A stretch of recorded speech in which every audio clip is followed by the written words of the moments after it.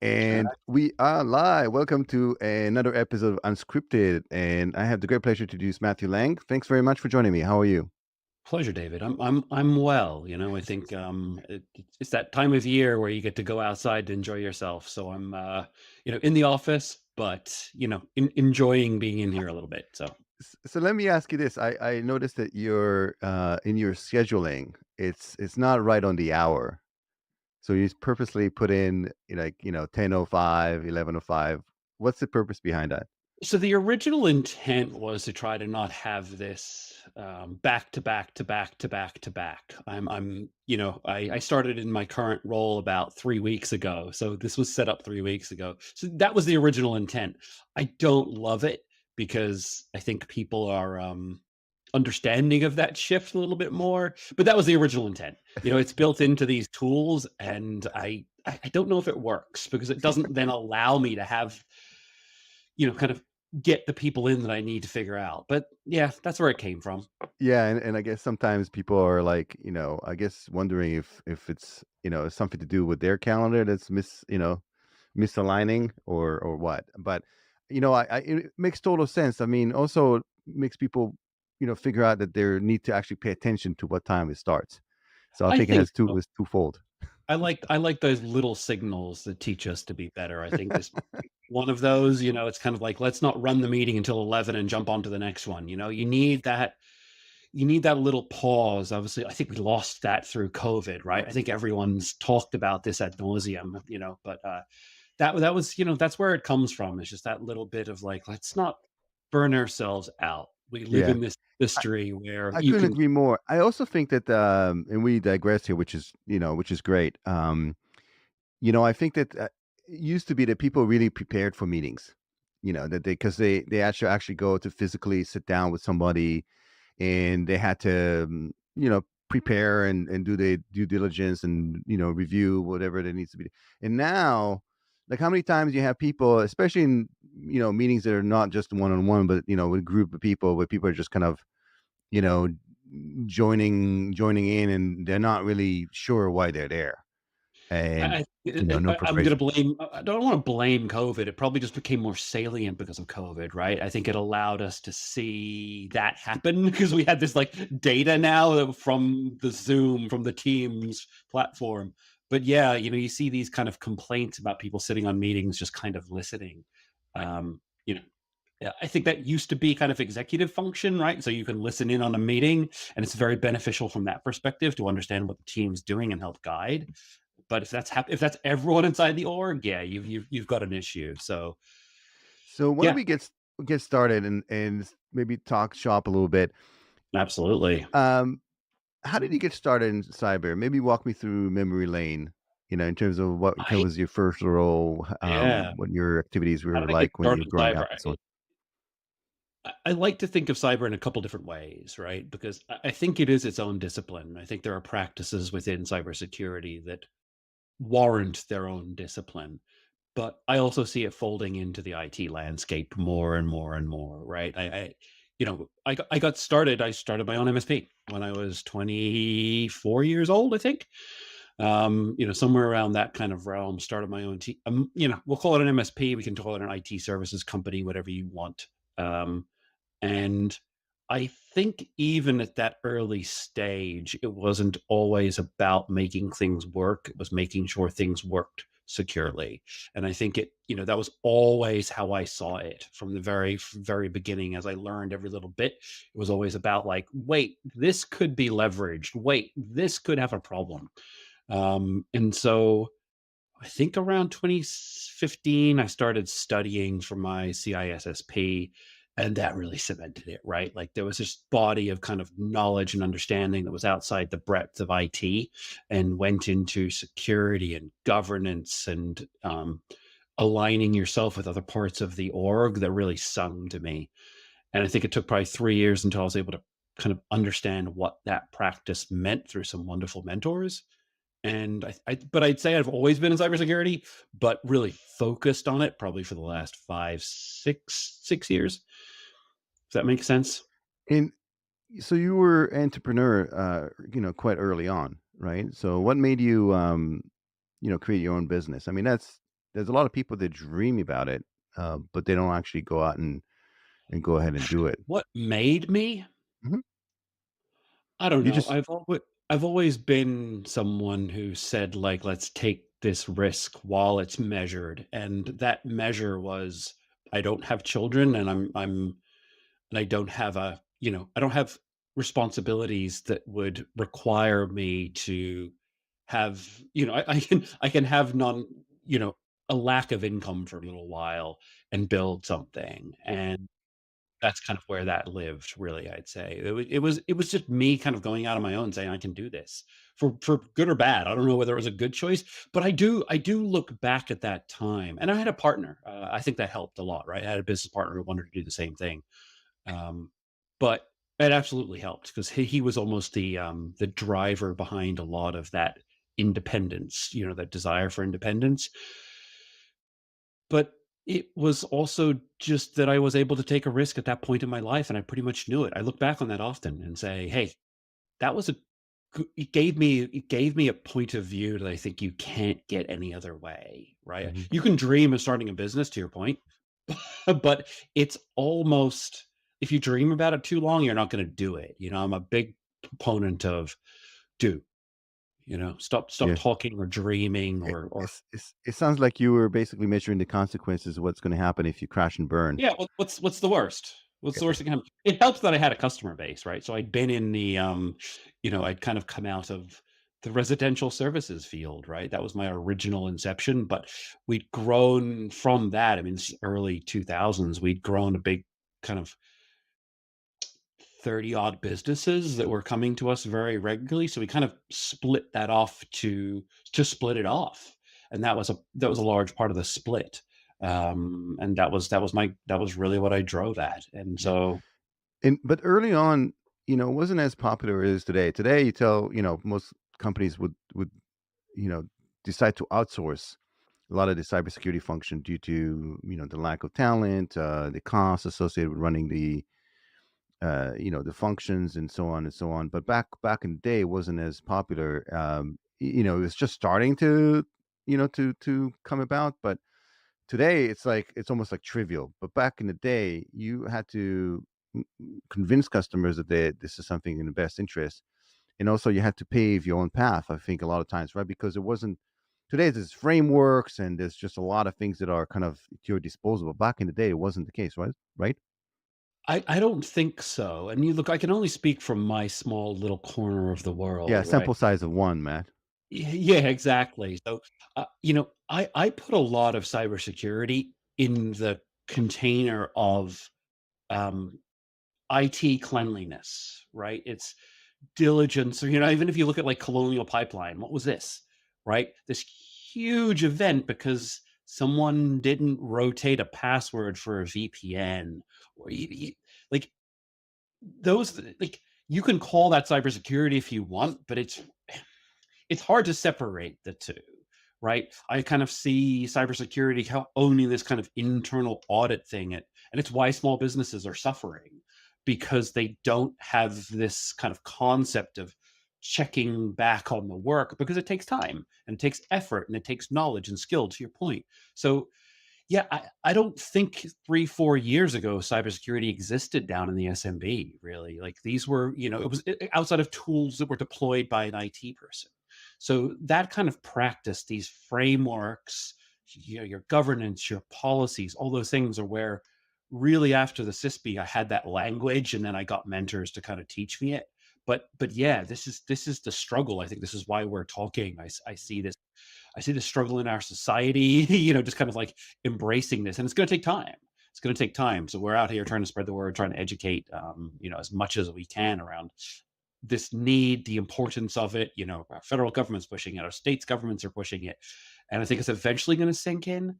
But it's going to take time. It's going to take time. So let's kind of double click on what you just mentioned about the SMB's requirements for cyber hygiene and cybersecurity. Um, there's Hygiene. a That was the word I was looking for. Yeah, and no, and it's true. It seems like we all know that's the backbone of the economy, the U.S. economy, right? The those companies that are less than 200, 100 employees, and they're doing X amount of revenue, and it typically cyber is maybe even a partial odd function of somebody else who does XYZ for the business. But yet they're very much targeted, and the consequences of a cyber attack on any of these businesses is dire. The statistics are talking about not surviving the first 6 to 9 months. What do you think has changed in terms of getting more of cybersecurity into spotlight for the SMBs? Is it the government regulating, or is it the news, or is it people or individuals getting exposed? Because we see cyber in the news all the time, so maybe those executives are running these businesses are starting to pay attention. Maybe all of the above. What's your take on it? Yeah, you say the word spotlight, and I kind of start to, because I don't think it's a light source. I think it, to your point, yeah, as you kind of went through the question, I think it's going to come from multiple sources. I think insurance, probably insurance. If I had to pick one, it's been insurance, and I think that's been our governing structure that I've seen in the last 3 years. I I don't think I can count how many insurance forms and how many different insurance companies and brokers I've corresponded with, because some of them are really good, some of them have no idea. Their uplift matters too. But yeah, if I had to pick one, it's insurance. I think news stories have helped, right? You talk about the timeless and the timely events that exist in our space, and I think Colonial Pipeline, I think Solar Winds, I think even kind of like our government taking down Russian, uh, you know, agencies that act, in you know attacking our country and other nations. Those things help, sure, but they can seem distant.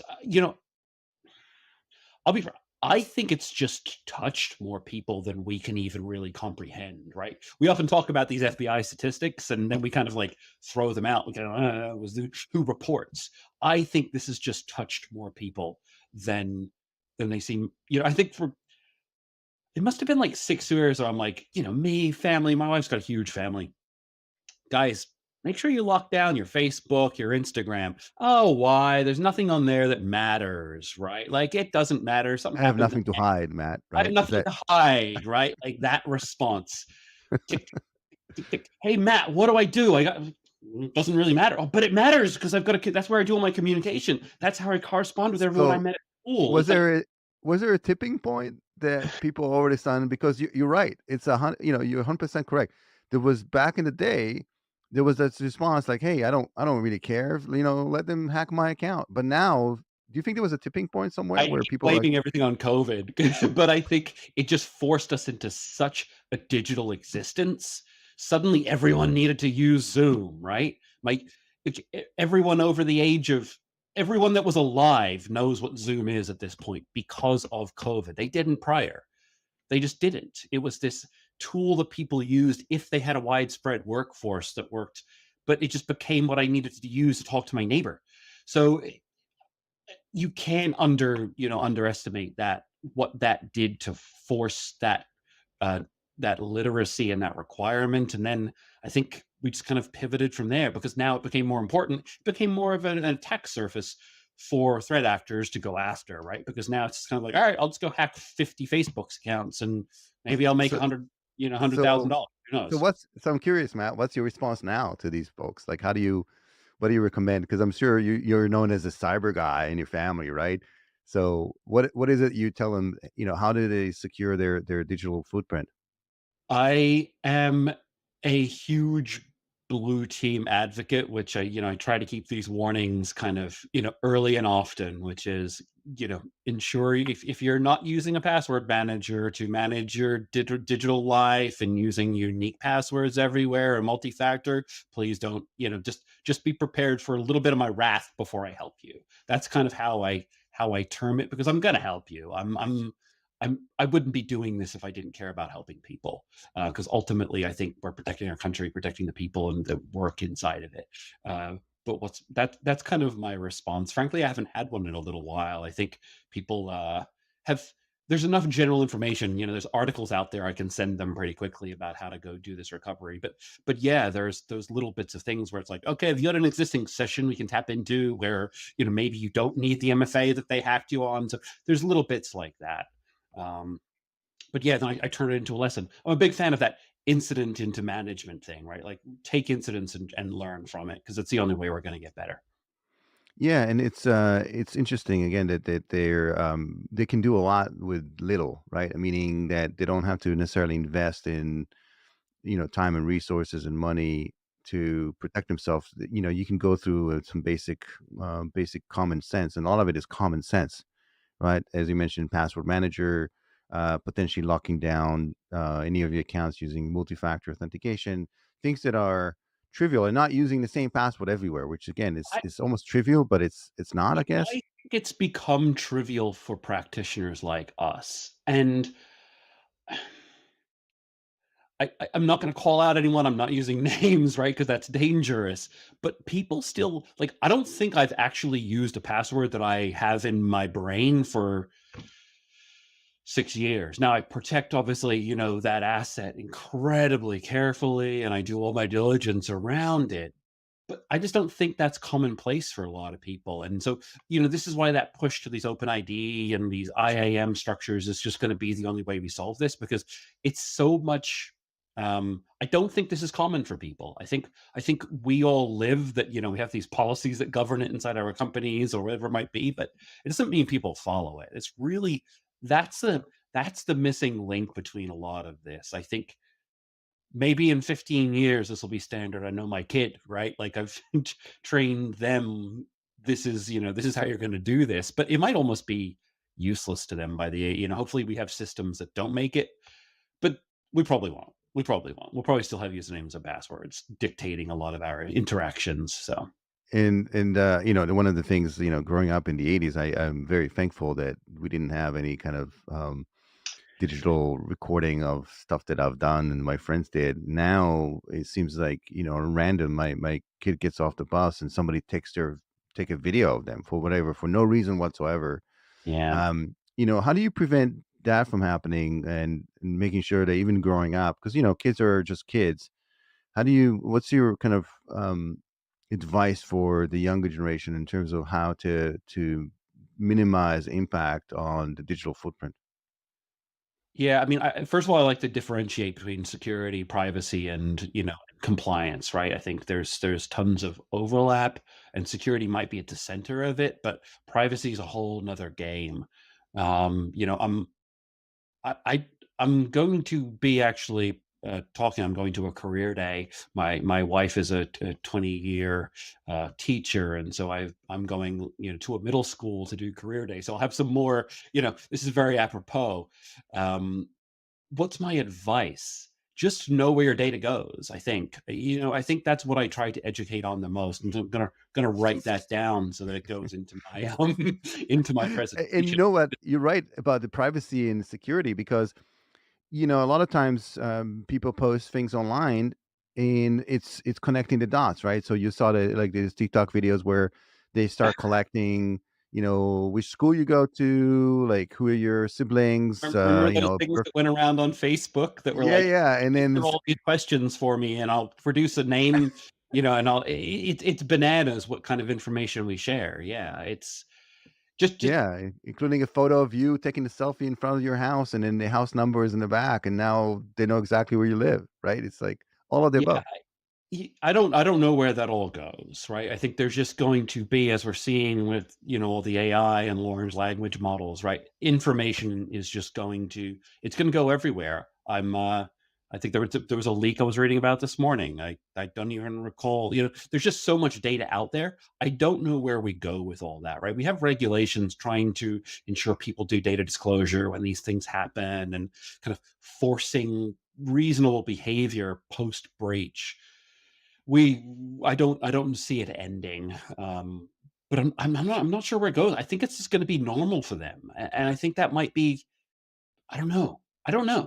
Really Maybe challenged. regulation, What's your like opinion? how they How do maybe, you? yeah, maybe regulation, right? And so maybe they have to regulate like sugar, right? So like, sugary drinks are bad for you, and let's put some tax on that.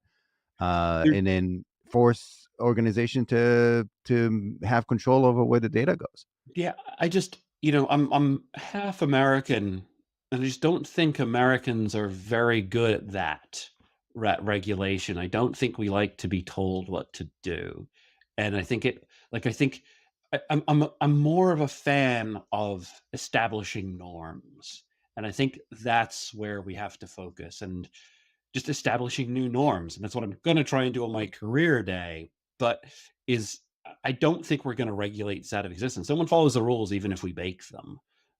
So yeah, we could probably shift it a little bit, but I don't know if there's anything scary enough, right? We've got all this data you're talking about going to TikTok and shifting overseas, right? I always talk about like Facebook has all this information too, is it? But at least they're entities that operate for now inside of the US, so we have some sort of level of jurisdiction. That's a shifting area. It's not. I'm not necessarily scared of it. I just don't know what it means. I don't know how that impacts us. I don't think anyone knows where that goes in the future. So Matt, do you have an answer in during the career day of somebody asking you what it is that you do? I I'm gonna sound like some of your previous guests. I'm gonna probably say that my role in front of them is to evangelize security and privacy, just to kind of make sure that we have some a future generation to that cares or understands this a little bit. What do? I protect our businesses and their employees from going out of business and employment. I think that's my summation line. I'm gonna That's write that pretty good, one Matt. If they say if you can't explain what you do in like less than 30 seconds, it means that you don't know what you're doing. So you summed it up pretty quick. down. Yeah, I protect businesses like, from going out of business, and there's a lot of education that leads up to that, as I'm sure you're familiar with. Yeah.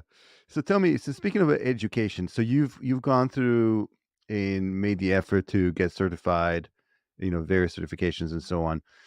Um, there's some people that are pro certifications that are saying, this is the best thing ever. Some people are saying, well, you don't need that. You need formal education. Some people say, well, you don't need that. Some people say, well, you just need hands-on experience.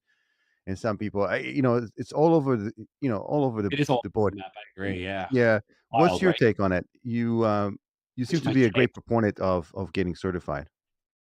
Hmm. You know, I hate sounding like a lawyer, but I often find myself sounding like one because I think it depends on where you are, right? I think I was talking to someone yesterday, a new person in the industry, new person I met in the industry, talking to him about how he was frustrated, had left his job because no one was down there doing the work. And he felt like he was always that person, governing, leading, but then also just kind of like getting things done too. And he was, frustrated by that. Come to find out, he has 3 master's degrees, right? So, whilst the conversation sounds like, he's missing these high level, you know, um, you know, he's just kind of a person down in the trenches or happy down there. He's also got these high level degrees, making sure that he understands his craft. I think if you feel that you need a certification to feel that you're authorized in the space, absolutely. Some people's background, if you've been, trained in the Air Force for 3 years, right? I don't think you need it. You can live without it. But we also need people to come into the space. I'm actually the mentorship chair for our ISC Squared organization in New Jersey, right? So mentorship is near and dear to my heart. It's kind of part of what we do inside the chapter and why we've seen success because we try to figure that out with people. I don't think there's a one size fits all. Education's great. It can't be too theoretical. Yeah, I think we need to get practitioners into the education space, which to our credit, a lot of institutions are doing. And therefore, I think education can be good. But I think the standards in our ever changing world are just so hard, right? This isn't a curriculum that you wrote 20 years ago, despite NIST's age, right? You can't now apply that to modern. You've got to have something tactical, something to grip onto to work in. So I'm a big fan of, yes, educate, but I like the apprenticeship model a lot. And I think our space would benefit from it hugely. isn't a certification at least give you a level playing field, in a sense that at least you know that somebody who got certified has this body of knowledge, right? And because people claim, they can say, well, I have these type of experiences and so on, but at least if somebody is certified, it's almost like there's certification in any discipline, right? You have to be, in order to practice law, as you mentioned, you have to have a law degree, you have to pass the bar exam. Now, it doesn't mean that you pass the bar exam that you're an excellent Lawyer. lawyer, Yeah. Oh, yeah. but at Yeah. least you have the basic level of, at least somebody who can say, well, yeah, he passed the bar exam, he or she passed the bar exam, but they're like they're certified, you know they have that. Would Yeah. that be correct to say as I well? think you're right. Yeah, I think ultimately, I think the landscape has changed and shifted quickly, and I do think we need that in the industry, right? So I think you're seeing the organizations that do the certifications become more and more important, more more engaged, more involved in how those certifications play out rather than doing. I think the thing that sullied a lot of people to certifications, probably small amount of my my hesitation is around organizations that kind of gave certifications because it had a cool name or something similar, but it wasn't really showing your aptitude, right? You needed experience beyond it. But yeah, I think we need something. To your point, just because you have a law degree does not mean you're an excellent lawyer. And I think you just have to apply the same thing to certifications. It doesn't assume excellence. But yes, it gives us somewhere to start, and I think it's absolutely needed to professionalize what we do. I'm a big advocate for that and other certifications. I think companies need to get into that game, right? Into certifying their existence as a compliant organization. I think that's a large part of what I do, also, and other things I've volunteer for. And let's talk a bit about the role of mentorship and what does it mean specifically for our industry. Because you're a big proponent of that as well. You mentioned it Yeah, through yeah, yeah, our huge. That's conversation. that's that's where I spend good amount of my time, and where I've seen a lot of engagement. I what look my all I try to keep it simple.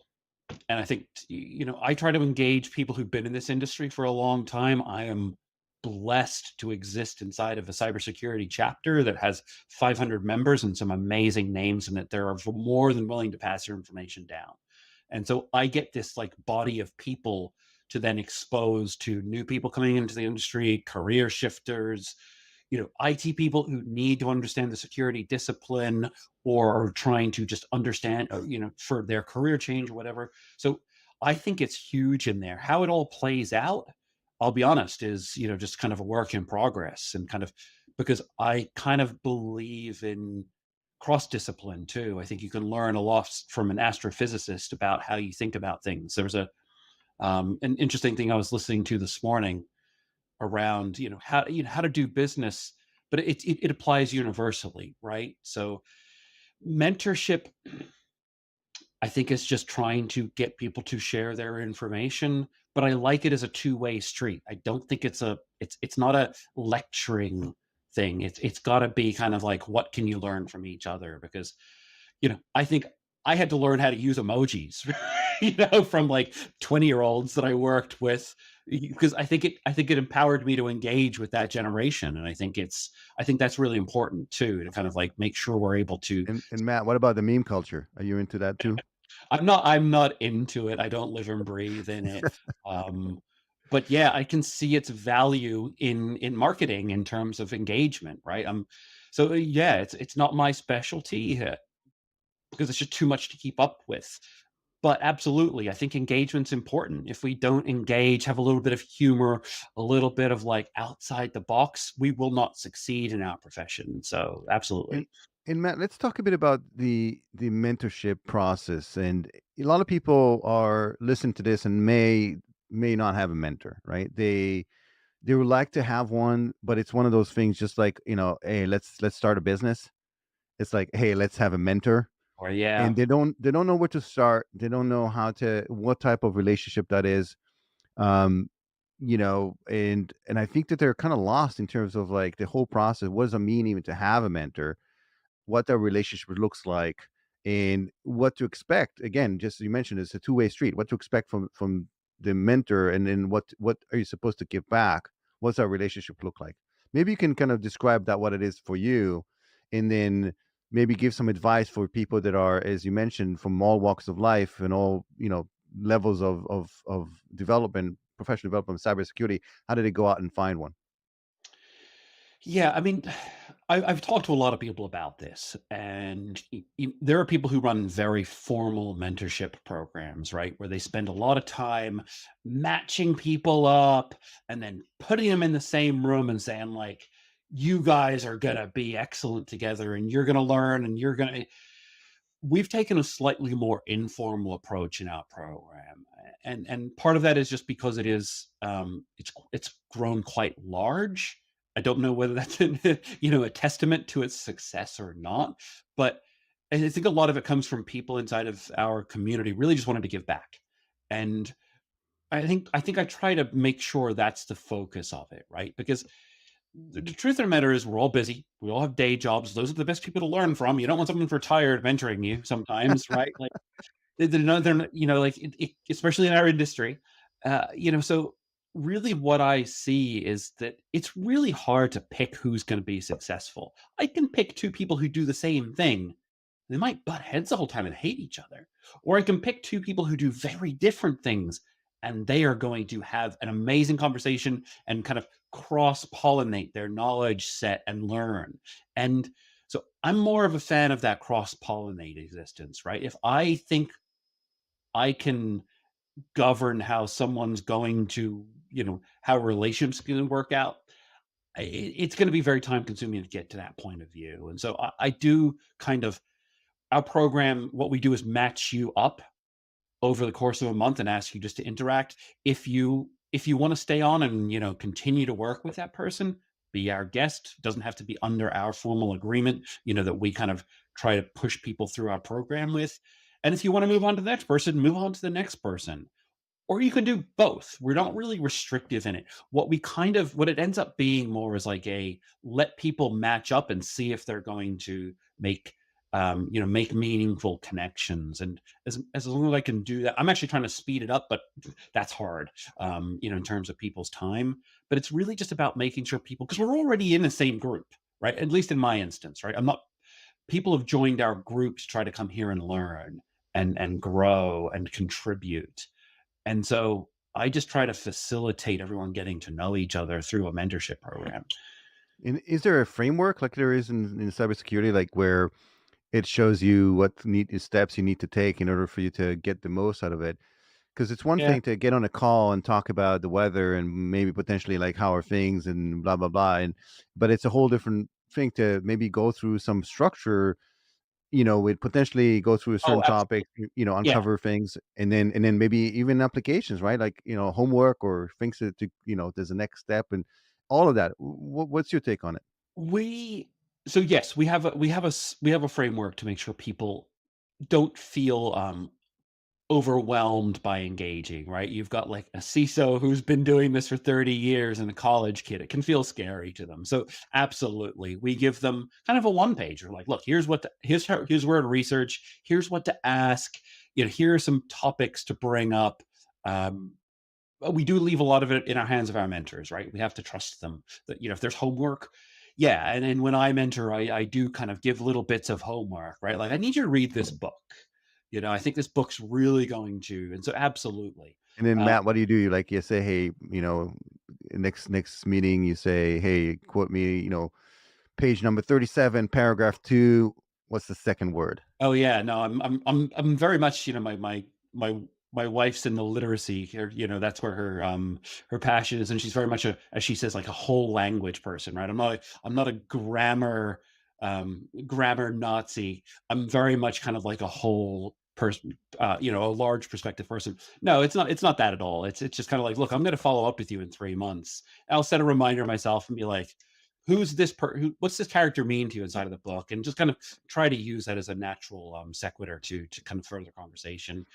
We'll run picnics, we run conferences, and so it weaves itself through your existence inside the chapter. But yeah, we've Speaking got of a which, little bit of that framework, but not a ton. Do you have some books that made an impact on you? Maybe they can you recommend? The Phoenix Project. I'd say that's top of my list. I think I still use the story it weaved in my head almost daily to understand like the Deming project management principles, right? So that plan, do, act, check kind of concept. I put that into my presentations. I put that into my daily operations. The Phoenix Project's absolutely top of the list. I am, what am I listening to now? What is it called? And I'd have to say um, I'm not as in Tracers in the Dark, which is kind of a follow up to the Sandworm. So I don't break out of my day to day very well with my books. I'd say like I like to use them to kind of learn them, but I think The Cuckoo's Egg is another one I'd highly recommend if you know it. Cliff Stoll. I think that if I had to pick two, it's The Phoenix Project and The Cuckoo's Egg by Cliff Stoll. Absolutely amazing book about cybersecurity in the '80s and kind of what it meant inside of the armed forces and kind of how international it felt like it could be very relevant today, but it was from the '80s, so it's kinda crazy to think that everything's changed, but nothing's changed. And you're committed to continuous learning, right? So now you're a busy security practitioner, but then you also make sure that you keep in track of current events. As you mentioned, you were reading this morning. What do you recommend again for people that are trying to stay on top of it? And as you mentioned, it's a very fast moving industry. It's almost like if you were going to a deserted island for a month, you come back and it's like, what What just on earth happened? happened, right? Like, I just say Colonial Pipeline, I presume you know what happened, or our audience does, but yeah, like, how do you go back and dig into all that? What do I recommend? I have got a great group of peers on LinkedIn that share amazing information, and so that I think is a curated area where I get a lot of great kind of like summation of what's going on that allows me to understand and then go read. I think there are a couple podcasts. I listen to the CISO series, Daily Headlines, that really do a very good job of, I think, summarizing what's going on there. But all of those are just kind of entry points that require you to go and find more reading. I'd say I'd love to pull our audience, David, around that kind of stuff because I think it's just sometimes I'm in the mood for a podcast. Sometimes I want to sit and read. Sometimes it's watching the webinar from the conference that, we didn't attend that you get to kind of digest. Sometimes listening to interviews like yours, right? So it's, you know, I have to digest it all, but it feels like information overload. I'm actually kind of, having a moment when you ask me where do I digest because it's so much. It You know, is much. It is one of much, the and I things one of the things I'm embarking upon is refining out our CMMC practice because I think there's a huge need for companies, small businesses, our country to be protected in that realm. And the amount of information you have to digest for CMMC to stay on top of what's going on in that space is probably the hardest part for this to work inside of our country. So yeah. So let's dive into that, Matt. This is a really good segue in terms of your day to day. So maybe talk to me about your current role in specifically, how it is that you help business, as you mentioned, to make sure they don't get hacked. And then specifically, let's talk about the CMMC, what it means to the industry as a whole, and where's that going. Maybe a short primer what CMMC is will also yeah, be beneficial for some people that are not familiar with. yeah. I mean, I just shifted roles 3 weeks ago, so Yep. I'm in a brand new company, so I'm a little bit. It's hard for me to fully embrace what that is, right? I was brought in partially because of my entrepreneurial nature, right? I think you tapped into that earlier. So there's a good amount of shift that we see potential in the marketplace for that requires that entrepreneurial spirit. So my day to Matt, day, you're 100% correct. By the way, I think there's a lot of companies out there that are looking for people like yourself with that entrepreneur background. And reason being, um, a lot of the new roles require you to pave your own path and build, and not be actually be told what to do, which is when you're an entrepreneur, a lot of times you don't, no one's going out there and telling you what to do. There's no, like a Yeah, I like to use imprint of the phrase alignment. I need to be in alignment with the business, but I'm basically going to go out there by myself. right, and you're creating a business within a business. Very much. Yep. Really, And I that's think that applies more to cybersecurity than any other discipline. yeah. Explain Because, that. well, I think cybersecurity is interesting because it's merging, and we always talk about it's everyone's job, right? But there are things that it impacts every part of the business. So we're a technology provider, right? We do robotic process automation. We do application custom building. These things aren't ignorant of cybersecurity. They need their own discipline. They need their own portions that are cybersecurity, but it's not entirely cybersecurity. And so, building that practice into the discipline is it's part like policy, it's part influence, it's part market segmentation, it's part differentiation. So having all of that in the mix is I think important in our space.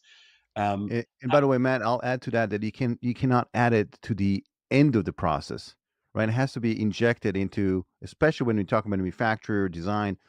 It's not, you can't like just put on top of it, like almost like a wrapper around it. It's not how it works. It absolutely does not, and I think that's where the industry used to be. I think more and more of us understand that now, but that doesn't mean we necessarily have that all well defined and all built in and working as it should, right? So that's why we will go into other orgs to help them with that because it's got to happen. So that is, I think that's the difficulty with cybersecurity is to make it into recurring revenue. Um, can be disingenuous to what you learn up front, right? Because I think a lot of it is teaching and education that once you're then done with that, you might move up, but you might not, you might stay at that level. I think when we go into CMMC, right? Because really what I see inside of CMMC is, first of all, it's a maturity model. So it measures where you are. I think that's what attracted me to it, right? It's not kind of like, okay, we're done. It's going to be this constant maturation process that takes time. I think that's good from a practitioner standpoint, but also from a business standpoint. I think this is what our country needs to adopt.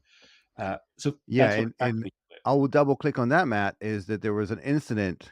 There was something that propelled this whole program, right? And I believe it was a leakage of plain drawing from the government suppliers that was leaked to a foreign entity, and it created the need for, I guess the defense defense industry, decided, okay, we can't go on. The government decided, okay, we can't go on having all these suppliers, dealing with very sensitive information without any type of controls over them. Yep, and that's why it's controlled, unclassified information. Yeah, it's all that information that they actually was just reading. Again, all this information we have to keep up with. But yes, that's the nexus of this, right? Was making sure that that controlled, unclassified information is when it is taken out of the prime contractors and shifted down to the 300,000 subcontractors that exist in this space, that information is controlled. And that's a bit of an And that anomaly. by itself, Matt, 300,000, you like glance over it like it was nothing. This is what people don't realize, like how intricate the industry is. There's 300,000 suppliers. Suppliers Right, that suppliers, and up they have subcontractor, potentially, right? So that number can be even larger, right? So it's not the 300,000, but a supplier can use a third party to create other widgets that they require to build, a certain element, right? Is that correct? yeah, there's going into the building a lot of these parts that we see our military use. It's not one, it's quite a complex supply chain. I think That's right. we understand that, and so these rules trying to govern over that supply chain. I summarize it. It might be slightly disingenuous but like basically, if you can think of any security and privacy control that should exist to protect data, that's what they want implemented, right? So when data comes into you, it must be like, okay, this is really important, and you have to handle it through the entire sales process, and you have to draw this all out through the entire manufacturing process, through the entire shipping process. Anything that is of that data that is important needs to be controlled and protected. And so, as you can imagine, it's quite a lot of work to make sure all those controls get followed. And so that's kind of where it comes from. And yeah, that industry is interesting to me. First of all, because I think it's a good business opportunity. Second of all, I think it's a good place for doing this well, which is what I think you can see in other sectors where they kind of take shortcuts, and there's not an option in this framework. But also, I think it's going to become a standard. How the DoD is handling it and how it does exist is going to become a bit of a gold standard for what we see in the future, I think. So that's my interest around it. And it become a gold standard. And I would also mention that the fact is it's going to trickle from the DoD to the private sector as well. Yep. I think we're gonna end up seeing a civilian version of CMMC for the industry. Yep, absolutely. And I think, you know, I work with CompTIA quite closely on their trust mark. It's in this area, right? I think we're looking for these things that allow us to say, you're a trusted entity. We have them in law, we have them in accounting. I think, we have them in kind of our disciplines. These kind of other compliance disciplines have these tools of certification and our industry needs, and we've got them in like ISO and things like that, but they're good, but they don't often speak to some of the bits that I think other that we want to highlight, and making them digestible for just an immense audience, I think, is something that I'm passionate and working on also. And talk to me a bit about the CMMC and the interpretation of it. It seems like it's built out of frameworks, and then there's a place for a practitioner like yourself to translate into first actionable items, because again, a lot of these suppliers, they look at it. First of all, they just the sheer amount of framework and Yeah, requirements I is hate the almost like word framework scary. at this point. It's just become like it's like a trigger word. Yeah, yeah, but it's almost like, where do you even start? Like, especially for an organization that's been doing, manufacturing widgets for the past 25 years, and they barely they just had an email system, start using email only 10 years ago. So Yeah, and they probably um still don't even use email the same way you and I do, right? It's this kind of necessary thing, but if you did it all on paper, they'd be fine, and they wouldn't they'd be and it arguably might be cheaper to do that. Um but yeah, so your question is kind of like, where do I see that kind of. Yeah, where does it how do you even, like, how does a company like that even start to wrap their heads around it and become, because it's really, you mentioned there's no, there's end result will be eventually that they're not going to be able to do business if they're not compliant, right? That's the end results. And they were crying, the suppliers came back to DoD and they were crying about it, and DoD just said, well, we're sorry, you're either going to be compliant or you don't do business. So it's almost like there's no choice but to go through that path, and maybe they extended the I think the deadline is now, being extended, right? But they're gonna have to get there. Yeah, I don't, how do it's quite difficult, right? So I've had to speak to entities about like how to assemble this. So usually I start with making sure they need to meet these requirements, right? Let's just triple check that, because that's always check your contractual requirements. After that, it depends on the person you're selling to and their maturity level, right? If they want me to take over it entirely, sure. If they already have existing compliance or risk officers that can speak to this, then maybe we can help out in a subsection of it. Um, I think a lot of it is education. I think I spent, a long time trying to educate some clients in and around what this means, because it's just wrapping the heads around it. What do you mean? I am secure. Yeah, you're secure, but you doesn't mean you're compliant, and vice versa. So like, I try to focus on what's important. I think you can always talk to the frameworks, right? These NIST compliance frameworks to see it. They always just let's just make sure we know everything that's in the space first, right? Identify.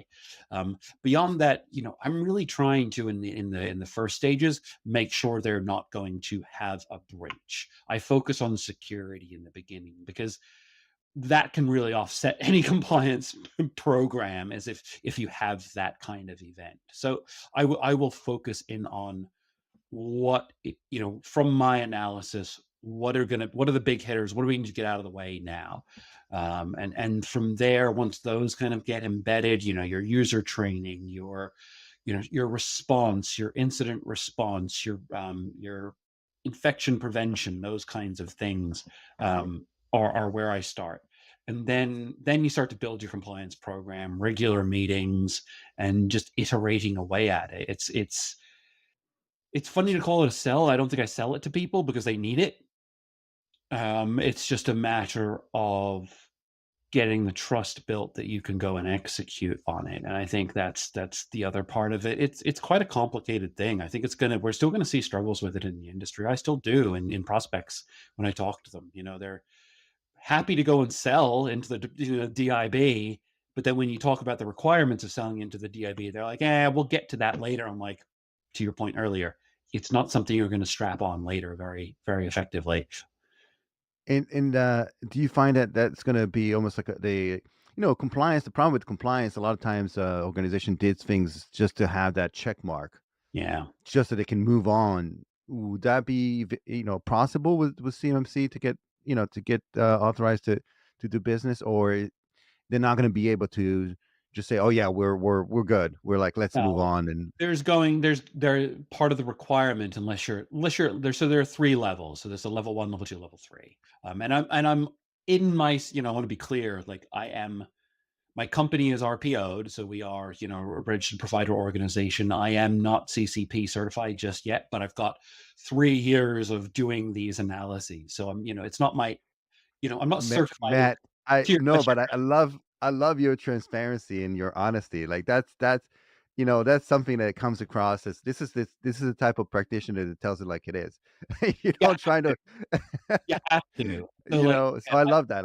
I love the three, authenticity. 4 years under my belt of doing these gap analyses and assessments, but like I really don't have the certification yet. Again, I've read all of this stuff and I'm going to be going through the certification soon. But yes, at level one, you're self-attesting. At level two, you have to be audited by a third party. And at level three, you have to be audited by the Department of Defense. And so that level two is really where we're seeing most of the requirement and traction because level one self attestation is going to be onerous, but you're probably just digesting small amounts of CUI or FCI, federal contract information. At level two, you're processing actual data and creation of this stuff, and so you're under not just CMMC regulations, but other regulations that require you to follow a lot of this really closely. So, yeah, that's it's not going to be a cheap endeavor. That's part of the challenge and part of why I think it's been difficult because a lot of people see the federal government push, push, push, push, push. Mhm. A lot of that, I think, is to wait for more practitioners to get into the space to help reduce those costs a little bit. And I presume that is happening because there are more people like me coming through, understanding how to do all of this, coming into the space and making sure we have just good practices in place. Is it like if you've done this like we have for decades, all this stuff just makes common sense. It's just that it costs money to go put it all in place. That's the challenge. Yeah, and it's amazing because you mentioned, this is the intersection of so many different things, right? These security, compliance, information flow. That's what Privacy. makes it so privacy. It's Yeah, it's I've it's I've heard makes people it so say that unique. CMFT is more of a privacy framework than a security, and it kind of makes sense, right? So I think that's yeah, And it makes it exciting, right? So you're now again reinventing yourself, meaning that you've done so much in the cybersecurity space, but now you're venturing into uncharted territory where you have to go out and study and learn and then become an expert in yet another discipline. Venture into the unknown. That's all I know is to venture into the unknown. If you're scared of the unknown, come into my mentoring program because this is where we help, right? Like I think that's part of mentoring is just be comfortable wading into unknown territory, or else you'll feel stagnant, especially in this industry. Yeah, absolutely, man. So it's been a really great conversation. I love that. So this is a segue to ask you, like, what's the easiest way for people to get hold of you, whether it's to know more about the mentorship program, the organization you're heading, as well as your day-to-day role, and potentially, I'm assuming there's probably going to be some people that are out there they're looking to venture into becoming a CMMC certified, and just having that knowledge base as well. So maybe all of the above. What's the easiest way for people to reach out to you? LinkedIn's the easiest way. There are quite a few Matthew Langs, but my picture looks just like this, so you can tell who it is. There's three of us inside of the space who've gotten confused a couple times, but LinkedIn or I can I share my email, my work Yeah, email? of course. Oh, Yeah, yeah, of course. Why not? it's mlang, so it's MLANG at svam.com, SVAM.com. V is in Victor. So that's my company email, and but LinkedIn, it's I'm there, I live there, so just like I say, ping me. I'm not a communication kind of. Don't send me a big formal list. Just say, hey, do you have 5 minutes? And I go on and engage, and there are plenty of people who will speak to that. Fantastic. And this is the time to thank you very much for spending the time with me today. Much appreciated. Thanks for all those who watched. And thank you for the contribution to the space and providing mentorship to others and Yeah, this paying is it forward, fantastic. right? Absolutely, And then pay it being on the forward. show. Yeah, Yeah, I had pay a it forward. mentor come to me. I had a mentor come to me quickly a couple weeks ago. Brought him into the chapter, brought him in. He loved it. He's having a great time. He's like, "What can I do to repay you?" I was, pay it forward. I think that's the easiest way to kind of make our space better. That's right. And I love the cybersecurity space because as an industry as a whole, there's a lot of great people that are.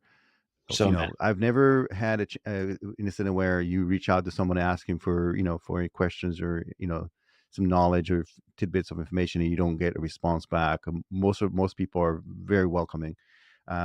So thank you very much again for joining, and looking forward to speaking with you again very soon. And until then, for all who joined, stay safe online as well as offline, and I'll see you the next episode. thank you very much, David. Thank you. See you soon.